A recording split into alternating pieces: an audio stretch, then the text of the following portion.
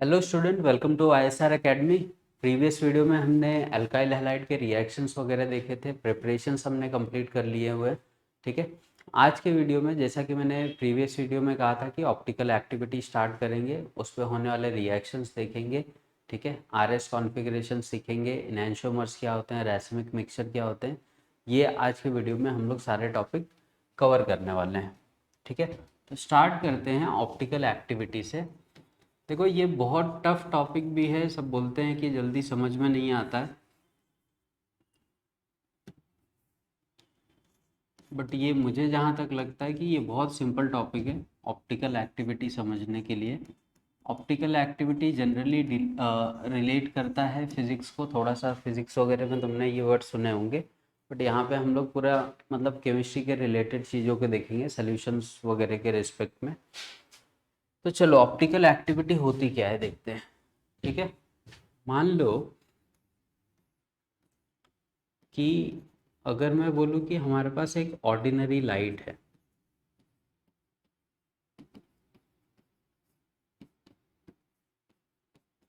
Right.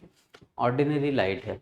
Ordinary light क्या होती है कि हर एक डायरेक्शन में इक्वली ट्रैवल करती है, परपेंडिकुलर होता है हर एक मतलब लाइट का जो डायरेक्शन है वो परपेंडिकुलर डायरेक्शन में कहीं पे भी मूव करता है। ऐसी लाइट को हम लोग क्या बोलते हैं, ऑर्डिनरी लाइट। अब ये 7 कलर मतलब 7 कलर लेके चलता है अपने साथ, वो भी हमको पता है। ठीक है। बट किसी भी डायरेक्शन में मूव करेगा। कोई भी लाइट का जो सोर्स है उसका कोई प्रॉपर डायरेक्शन नहीं होता है। तुम लाइट चालू करते हो, इवन जो सनलाइट है वो हर एक डायरेक्शन में क्या कर रही है, मूव कर रही है, तो फिक्स नहीं होता है डायरेक्शन। तो अगर ऑर्डिनरी लाइट को हम किसी प्रिज्म से पास कर दें, राइट।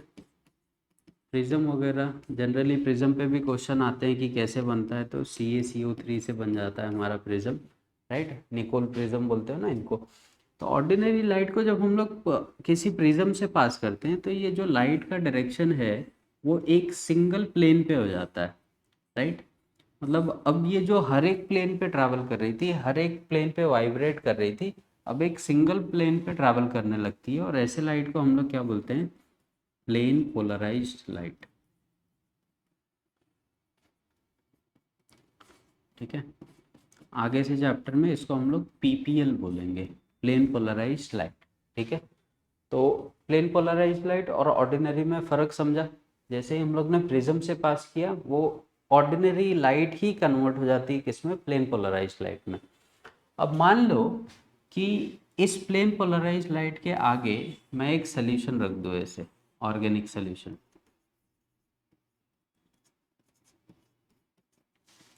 ठीक है। ऑर्गेनिक सोल्यूशन रख देते हैं।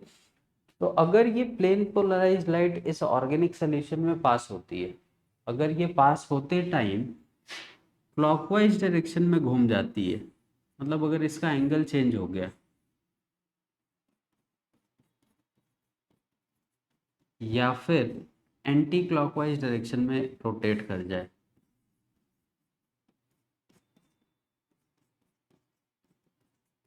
ठीक है। ये दोनों कंडीशन में इसी क्लॉकवाइज डायरेक्शन को हम लोग डेक्स्ट्रो भी बोलते हैं। तो बहुत जगह पे ये D+ लिखा हुआ मिल जाता है, और ये हमको लेवियो बोलते हैं, ये L- लिखा हुआ मिल जाता है। अगर वो क्लॉकवाइज घूमे या एंटी क्लॉकवाइज घूमे, तो ऐसे केस में इस सॉल्यूशन को हम क्या बोलेंगे, ऑप्टिकली एक्टिव सॉल्यूशन।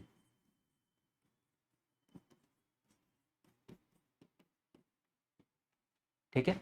अगर रोटेट कर दे तो वेदर इन क्लॉकवाइज डायरेक्शन और इन एंटी क्लॉकवाइज डायरेक्शन, तब तो वो ऑप्टिकली एक्टिव हो जाएगा। बट अगर ये लाइट ऑर्गेनिक सॉल्यूशन में से पास होने के बाद स्ट्रेट निकल जाए, मतलब उस पर कोई भी फर्क ना पड़े, तो इस कंडीशन में इसको हम लोग क्या बोलते हैं, ऑप्टिकली इनएक्टिव सॉल्यूशन। ठीक है। क्लियर है। ऑर्डिनरी लाइट क्या होती है, प्लेन पोलराइज्ड लाइट क्या होती है, ऑप्टिकली एक्टिव सोल्यूशन क्या होता है, या ऑप्टिकली इनएक्टिव सोल्यूशन क्या होता है। ऑप्टिकली एक्टिव सोल्यूशन का क्या मतलब होता है, कोई ऐसा ऑर्गेनिक सोल्यूशन जो क्या करे, प्लेन पोलराइज्ड लाइट को whether in clockwise direction rotate कर दे या फिर एंटी क्लॉकवाइज डायरेक्शन में रोटेट कर दे, तो उसको हम लोग ऑप्टिकली एक्टिव सोल्यूशन बोलेंगे। सिंपल सा डेफिनेशन है। The organic solution which can rotate the plane of plane polarised light whether in clockwise direction or in anti-clockwise direction. That particular rotation is known as dextrorotatory or levier rotatory. अगर D देगा या L देगा तब तो वो optically active हो गया, but अगर तुमने प्लेन पोलराइज लाइट पास की और वो लाइट ऑर्गेनिक सोल्यूशन से सीधा सीधा निकल जाता है तो ये सोल्यूशन को ऑप्टिकली इनएक्टिव बोलेंगे हम लोग। ठीक है, अब कितने एंगल पे रोटेट करता है वो हम कैसे निकालते हैं, उसका भी हमारे पास फॉर्मूला है, थीटा इंटू अल्फा इंटू सी इंटू एल। ठीक है, अगर एंगल निकालना है तो ये डेटा हमको पता होना चाहिए। जैसे थीटा यहाँ पे रिप्रेजेंट करता है angle of rotation,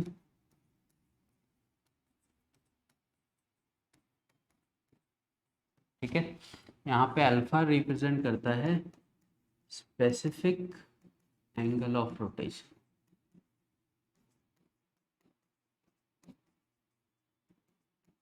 right. C represent करता है हमको कॉन्सेंट्रेशन और एल रिप्रेजेंट करता है हमको लेंथ ऑफ द ट्यूब। ये सारा डेटा अगर अपने को पता है तो हम लोग रोटेशन भी कैलकुलेट कर सकते हैं कि कितने डिग्री पे ये इसको रोटेट करेगा, राइट। चलो आगे देखते हैं। अब हमको कैसे समझेगा कि कौन सा सोल्यूशन ऑप्टिकली एक्टिव है या कौन सा सोल्यूशन ऑप्टिकली इनएक्टिव है। तो देखो, ऑर्गेनिक सोल्यूशन कभी भी दो टाइप के होंगे। ऑर्गेनिक सोल्यूशन या तो सिमेट्रिकल हो सकते हैं या तो असिमेट्रिकल, बराबर है। जैसे मान लो हमने सोल्यूशन लिया हुआ है यहाँ पर, ठीक। सिमेट्रिकल सोल्यूशन क्या होते हैं, उनके जो एटम्स का अरेंजमेंट होगा या मॉलिक्यूल का अरेंजमेंट होगा वो बहुत प्रॉपर होता है। बट असिमेट्रिकल सोल्यूशन ऐसा नहीं करते हैं, वहाँ पे जो एटम या मॉलिक्यूल का अरेंजमेंट है वो रैंडम होता है, वो कहीं पे भी कैसे भी होगा। ठीक है, तो जब हम लोग प्लेन पोलराइज्ड लाइट यहाँ से पास करेंगे तो वो जैसे लाइट आएगी उसको जहाँ से जगह मिलेगा वो एक लाइन से ही निकल जाती है, राइट। बट यही लाइट जब यहाँ पे पड़ती है तो यहाँ पे एटम्स का अरेंजमेंट कोई स्पेसिफिक नहीं है, बराबर। तो वो घूमते घामते कहीं पे भी क्या कर देगा, किसी भी डायरेक्शन में निकल जाता है। क्लियर हुआ, मतलब इन शॉर्ट मैं ये बोलना चाहता हूँ कि जितने भी सिमेट्रिकल सोल्यूशन है उसमें लाइट कैसी जाएगी, स्ट्रेट जाएगी। मतलब सिमेट्रिकल सोल्यूशन क्या हो गए, ऑप्टिकली इनएक्टिव। बट यही लाइट जब असिमेट्रिकल सोल्यूशन से जाती है तो वो मेरे को या तो क्लॉकवाइज डायरेक्शन में जाती हुई दिखेगी या तो एंटी क्लॉकवाइज। ऐसे कंडीशन में अब मैं क्या बोलूँ, अब मेरे को डायरेक्शन चेंज दिख रहा है तो मैं डायरेक्ट क्या बोलूँगा, ऑप्टिकली।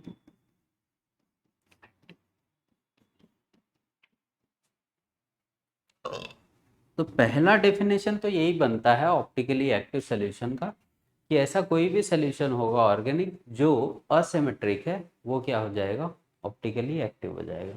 और ऐसे सोल्यूशन जो सिमेट्रिकल हैं, इक्वल पार्ट में डिवाइड हो रहे हैं, वो क्या हो जाएंगे, इनएक्टिव हो जाएंगे।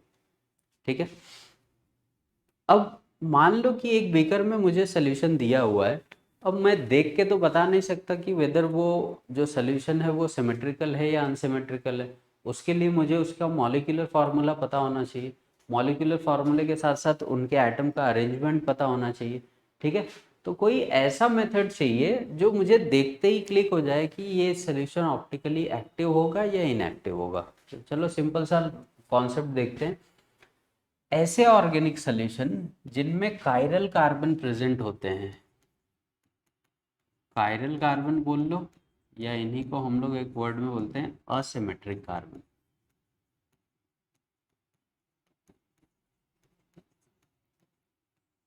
राइट। ऐसे सोल्यूशन जहाँ पे कायरल कार्बन प्रेजेंट हो या असिमेट्रिक कार्बन प्रेजेंट हो उसको हम लोग क्या बोलेंगे, ऑप्टिकली एक्टिव। अब असिमेट्रिक कार्बन होते क्या हैं, अब हमको पता है कि कार्बन 4 बॉन्ड बनाता है, ठीक है। अगर इस कार्बन के चारों पोजीशन पे अलग अलग चीजें लग जाएं, जैसे CH3 OH, यहाँ पे Br लगा देते हैं, यहाँ पे H, अगर ये कार्बन के चारों पोजीशन पे अलग अलग चीजें हैं तो ऐसे ही कार्बन को हम असिमेट्रिक कार्बन बोलते हैं, और इसको ऐसे रिप्रेजेंट करते हैं, सी स्टार वगैरह से हम लोग इसको रिप्रेजेंट करते हैं। क्लियर हुआ? तो डायरेक्ट एक सिंपल सा डेफिनेशन निकल के आता है कि ऐसा ऑर्गेनिक सोल्यूशन जिसके पास असिमेट्रिक कार्बन होगा उसका सोल्यूशन भी कैसा होगा, असिमेट्रिक होगा, और फाइनली वही सोल्यूशन क्या होगा, ऑप्टिकली एक्टिव बोला जाएगा। क्लियर हुआ? तो ऑप्टिकल एक्टिविटी है तो इतना बड़ा सा कॉन्सेप्ट, बट इसका कंक्लूजन क्या निकल के आता है, कोई भी ऑर्गेनिक सोल्यूशन जिसमें क्या मिल जाए हमको, ठीक है, असिमेट्रिक कार्बन मिल जाएगा, वो सोल्यूशन ऑप्टिकली एक्टिव बोला जाएगा। जिसमें असिमेट्रिक कार्बन नहीं है वो ऑप्टिकली इनएक्टिव हो जाएगा, सिंपल सा। अब जैसे मान लो मैं कुछ मॉलिक्यूल्स दे दूँ अगर यहाँ पे, सपोज करो ये मॉलिक्यूल है अपने पास, यहाँ पे Cl लगा देते हैं, एक भी असिमेट्रिक मिल गया तो भी अपना काम बन जाएगा।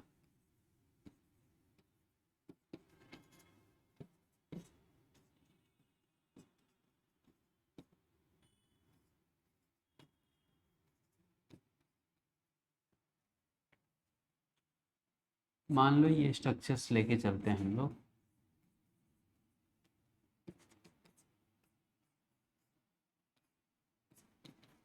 चलो देखते कौन सा इसमें ऑप्टिकली एक्टिव होना चाहिए, कौन सा मॉलिक्यूल, या कौन सा ऑप्टिकली इनएक्टिव होना चाहिए। तो मैंने कॉन्सेप्ट बता दिए हैं, हमको घूम फिर के क्या ढूंढना है, सिर्फ कायरल कार्बन ढूंढना है, और जैसे ही कायरल कार्बन हमको मिलेंगे वो क्या हो जाएगा, हमको सोल्यूशन पता चल जाएगा।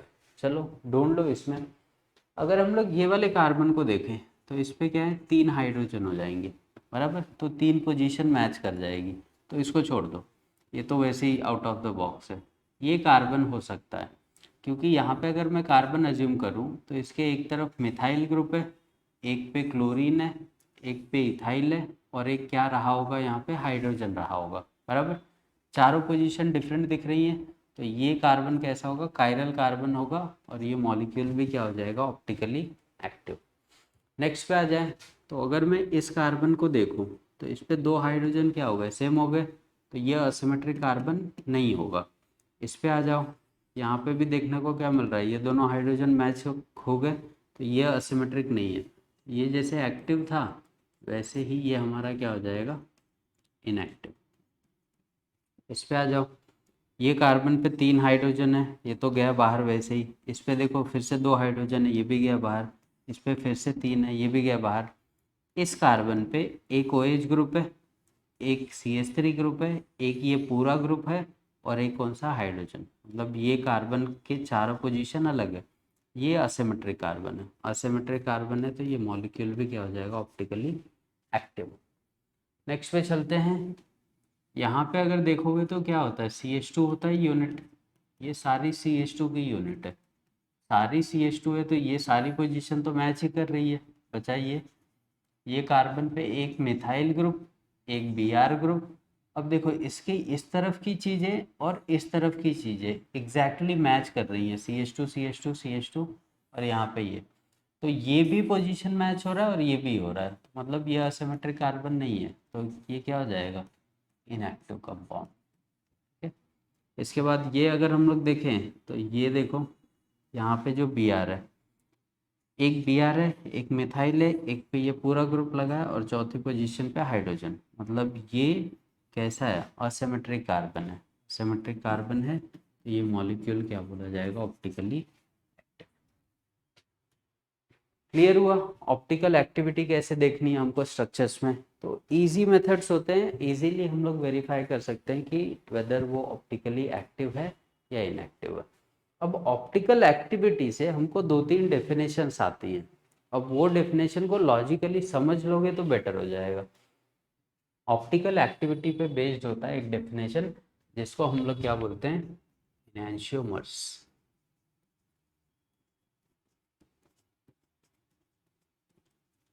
एनैंशियोमर्स या फिर एनैंशियोमॉर्फ, या इसी को हम लोग एनैंशियोमेरिज्म भी बोल सकते हैं।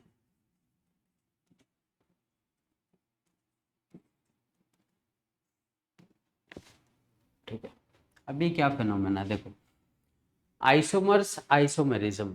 आइसोमर हमने पढ़े हुए हैं, the molecule having same molecular formula different structural formula, उनको हम आइसोमर बोलते हैं, और उनके जो फिनोमेना होता है या जो प्रोसेस होता है उनके बीच में, उसको हम लोग आइसोमेरिज्म का नाम देते हैं। सेम उसी वे में इनैंशियोमर्स होते हैं, और इनैंशियोमॉर्फ या इनैंशियोमेरिज्म जो है वो उनके प्रोसेस का नाम है, फिनोमेना का नाम है।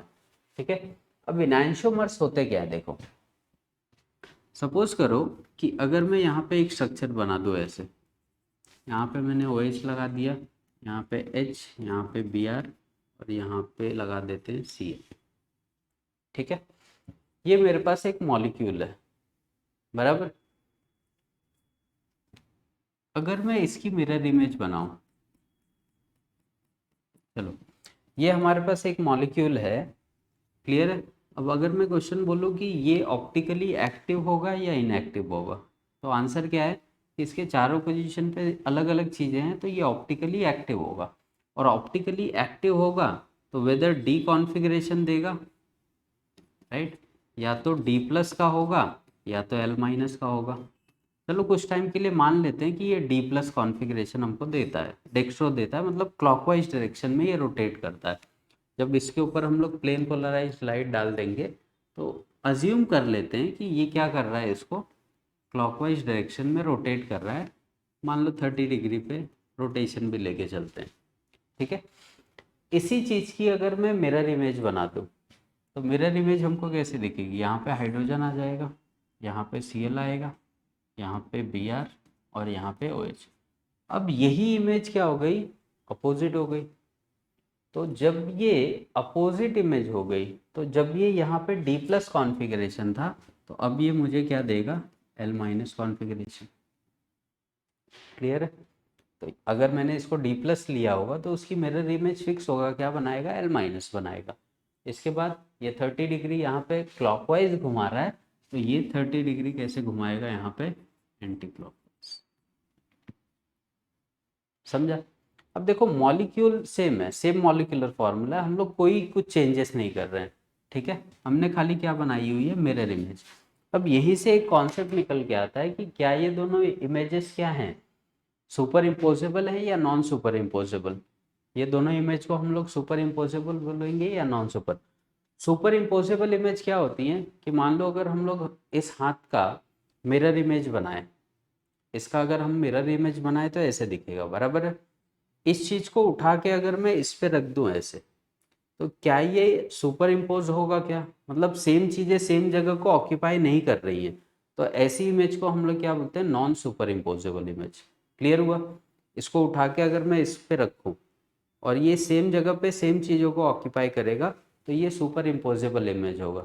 जैसे ये इमेज और ये इमेज, इसको उठा के अगर मैं इस पे रखूं तो एक दूसरे पे ओवरलैप कर रहे हैं, तो इसको हम लोग क्या बोलते हैं, सुपर इम्पोजेबल। बट ये इमेजेस क्या हो गई, नॉन सुपर इम्पोजेबल। जैसे ये दोनों मिरर इमेज है, इस मिरर इमेज को उठा के अगर मैं इस पे रख दूं, तो क्लोरीन के ऊपर क्या आ जाएगा, हाइड्रोजन, और हाइड्रोजन के ऊपर क्या चला जाएगा, क्लोरीन। ठीक है, तो ये एक दूसरे की कैसी इमेज है, नॉन सुपर इम्पोजेबल इमेज है।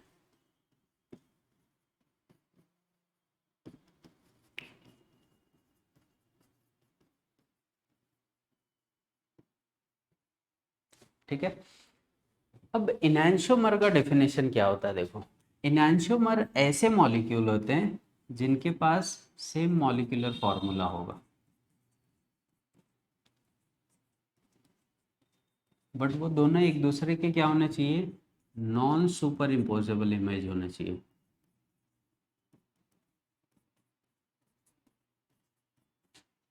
ठीक है, same molecular formula, non super imposable image, but जो प्लेन पोलराइज लाइट है वो इसको क्या करेंगे, इक्वल एंगल पे रोटेट कर रहे हैं, बराबर ना। ये भी 30 डिग्री पे और ये भी 30 डिग्री, बट इन कैसे, अपोजिट डायरेक्शन।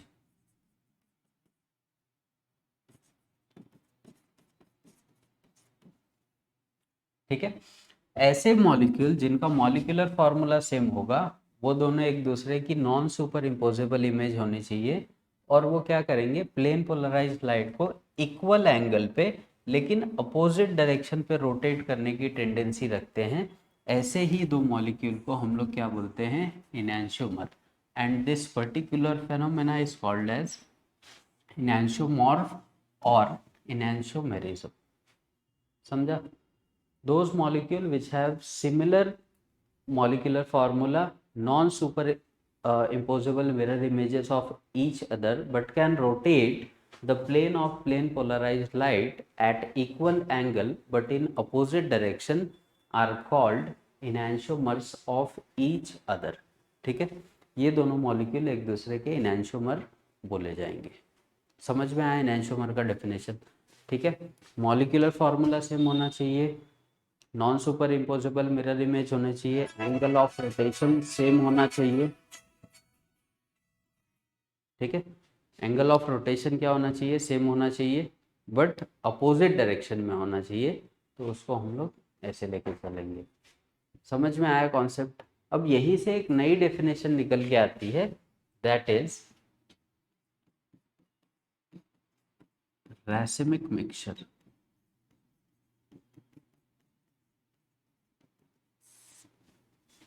रैसिमिक मिक्सचर, ठीक है। मान लो मेरे पास एक ये है, ठीक है, एक बीकर हम लोग लेते हैं, इसी में इसका मैं 50% डाल देता हूँ और इसका 50% डाल देता हूँ। ठीक है, दोनों का हम क्या कर रहे हैं, 50-50% लेके चल रहे हैं। क्लियर हुआ? 50% मैंने इसका डाला हुआ है, 50% इसका डाला हुआ है। तो एक मैंने सोल्यूशन बनाया।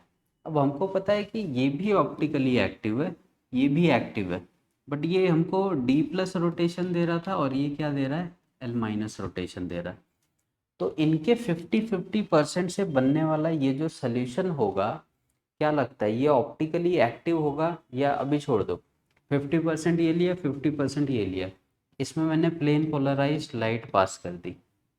ठीक है, प्लेन पोलराइज्ड लाइट पास कर दी। जैसे ही प्लेन पोलराइज्ड लाइट पास करोगे, ये लाइट स्ट्रेट निकल जाएगा या कहीं पे मूव करेगा? तो आंसर क्या है कि ये लाइट स्ट्रेट निकल जाएगा। अब अगर ये लाइट स्ट्रेट निकल गई तो ये सोल्यूशन कैसा होगा, ऑप्टिकली इनएक्टिव। राइट है, ये ऑप्टिकली इनएक्टिव सोल्यूशन हो गया।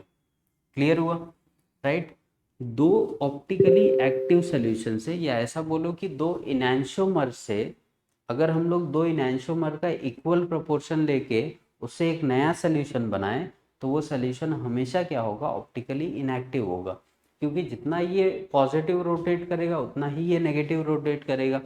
अब इनके रोटेशन से फाइनली मेरे को आउटपुट क्या मिलेगा, ऑप्टिकली इनएक्टिव सोल्यूशन। और ऐसे सोल्यूशन को ही हम लोग क्या बोलते हैं, रैसिमिक मिक्सचर और racemate. Right, when the equimolar quantities of enantiomer are taken together, ठीक है, they always forms an optically inactive solution. Those optically inactive solutions are called racemic mixture। मतलब रैस्मिक मिक्सचर ऐसे कंपाउंड होते हैं जो बनने के पहले ऑप्टिकली एक्टिव रहे होंगे, बट उनका इक्वल प्रोपोर्शन डालने के बाद वो फाइनली क्या हो गया है, ऑप्टिकली इनएक्टिव बन गया है। अब इनएक्टिव हो गया तो रैस्मिक मिक्सचर हो गया। तो क्या हम लोग सारे इनएक्टिव मिक्सचर को रैस्मिक मिक्सचर बोल सकते हैं क्या? तो आंसर है नहीं। हम लोग सारे सोल्यूशन को, मतलब सारे इनएक्टिव सोल्यूशन को रैस्मिक मिक्सचर नहीं बोल सकते। क्यों? क्योंकि रैस्मिक मिक्सचर पहले क्या होते हैं, ऑप्टिकली एक्टिव होते हैं, बट जब दोनों का हम लोग इक्वल प्रोपोर्शन डालते हैं तो वो क्या हो जाते हैं, इनएक्टिव हो जाते हैं। तो रैस्मिक मिक्सचर एक वेल डिफाइंड चीज़ है, जबकि हम लोग सारे इनएक्टिव को कभी भी रैस्मिक मिक्सचर नहीं बोल सकते। समझ में आया? तो all racemic mixtures are inactive, but all inactive mixtures are not racemic mixture. Clear हुआ? हम लोग हर एक इनएक्टिव मिक्सचर को रैसिमिक मिक्सचर नहीं बोल सकते, जबकि हम सारे रैसिमिक मिक्सचर को इनएक्टिव बोल सकते हैं। ठीक है, तो यहाँ तक है। देखो हमारे पास इनैंशियोमर क्या होते हैं, रैसिमिक मिक्सचर क्या होते हैं। जैसे अब इस पे क्वेश्चन कैसे आएंगे कि हमको पूछ सकते हैं कि बता दो, जैसे ये स्ट्रक्चर लेके चल रहे हम लोग, मान लो ये स्ट्रक्चर है, ठीक है। ये क्या होगा, मान लो ये हमको डी प्लस रोटेशन दे रहा है, तो इसकी जो मिरर इमेज है वो क्या हो जाएगी, हमको कौन सा रोटेशन देना चालू करेगी, एल माइनस, राइट। तो ये भी एक्टिव है और ये भी एक्टिव है। अब इन दोनों को मिला के अगर मैं दोनों का इक्वल प्रोपोर्शन लेके एक कंपाउंड बनाऊं, तो इसमें डी प्लस मिक्सचर भी आ जाएगा और एल माइनस भी आ जाएगा, ठीक है। ये दोनों एक दूसरे के क्या बोले जाएंगे, इनैंशोमर्स, ठीक है। बट इनसे जो बना हुआ सोल्यूशन है, अब इसमें अगर मैं प्लेन पोलराइज्ड लाइट पास करूं तो वो स्ट्रेट निकल जाएगी, सही है। तो फाइनली ये सोल्यूशन क्या हुआ, इनएक्टिव हो गया। और ऐसे इनएक्टिव सोल्यूशन को हम लोग क्या बोलते हैं, या तो रेसमेट बोलोगे या तो रेसमिक मिक्स। ये फाइनल आंसर हो गया।